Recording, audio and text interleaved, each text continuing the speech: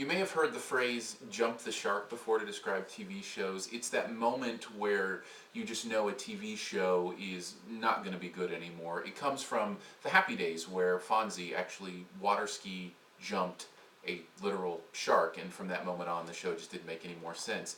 Well, Jeff Probst from Survivor recently said that Survivor has jumped the shark more than any other show on television, and you know what? He's right, but what's amazing is at the end of the day, this is still a pretty amazing show. I wanted to talk a little bit today about Survivor and why, if you aren't watching it, if you gave up on it a few seasons ago, you're missing some really cool things that are happening. First of all, I want to talk about the format change for Survivor this year. There's actually now a redemption island where once you get voted out, for the first time really in Survivor, you still aren't out of the game. You've got a shot. You battle to stay in the game. So like one person's voted out, then the next person's voted out, then they battle and the winner stays in. Next person's voted out and then the remaining person and that person battle, the winner stays in. It's actually a format that was, I think, invented in The Duel, which is another reality show, and they kind of stole it from them. But you can kind of give them a little grace on that, considering pretty much every reality show on TV stole from Survivor the format of one person goes home each week, tribes compete, all that kind of stuff. So you can give them a little grace on the reverse steal of that. But this is a great moment for Survivor because I think it adds this real level of intensity and competition that didn't exist in the show before, and I think it's given it even new life, even if it is another jump the shark moment, as so many have been. I like it. Second thing I wanted to mention was the Russell versus Rob thing that's back on Survivor this year. Now, if you don't watch the show, you may not know who Russell Hantz is or who Rob Mariano is. You may remember Rob if you used to watch the show. He was on one of the early seasons and then again on All Stars. In fact, this is his fourth time doing Survivor. Is that right? I think it actually is his fourth time doing Survivor. But they are kind of leading these teams of unknown players, and the dynamic is incredible. I'm just loving it, the dynamic between the new players and these, pros. In one tribe, you've got Russell, who's like this villain that everybody hates, and so his tribe is just trying to get him off.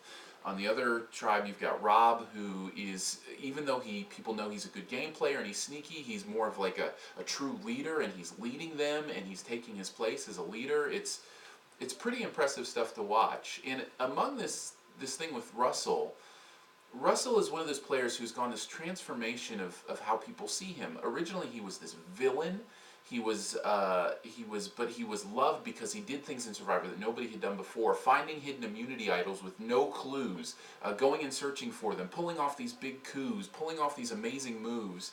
He really was one of the best tactical players of Survivor ever. The problem, he's a horrible relational player. He doesn't play the social game very well, if well at all.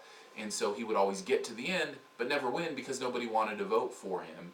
And I really think that hurt him in this case because his tribe wanted him out so quickly. But what's amazing is, and this is what I love about Survivor, looking into the social aspect of the way people treat people, the people on his tribe trying to get him out, ripping him apart, tearing him to pieces, making fun of him behind his back, doing all these things that they hated him for.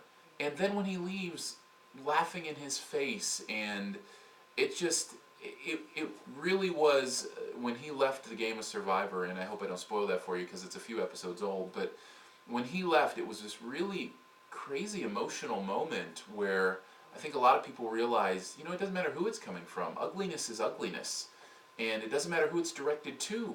Ugliness is ugliness. So I thought that was interesting. The third thing I wanted to mention was Probst. Jeff Probst continues to be one of the most amazing reality show hosts on television, if not the best. He may be the best reality show TV host.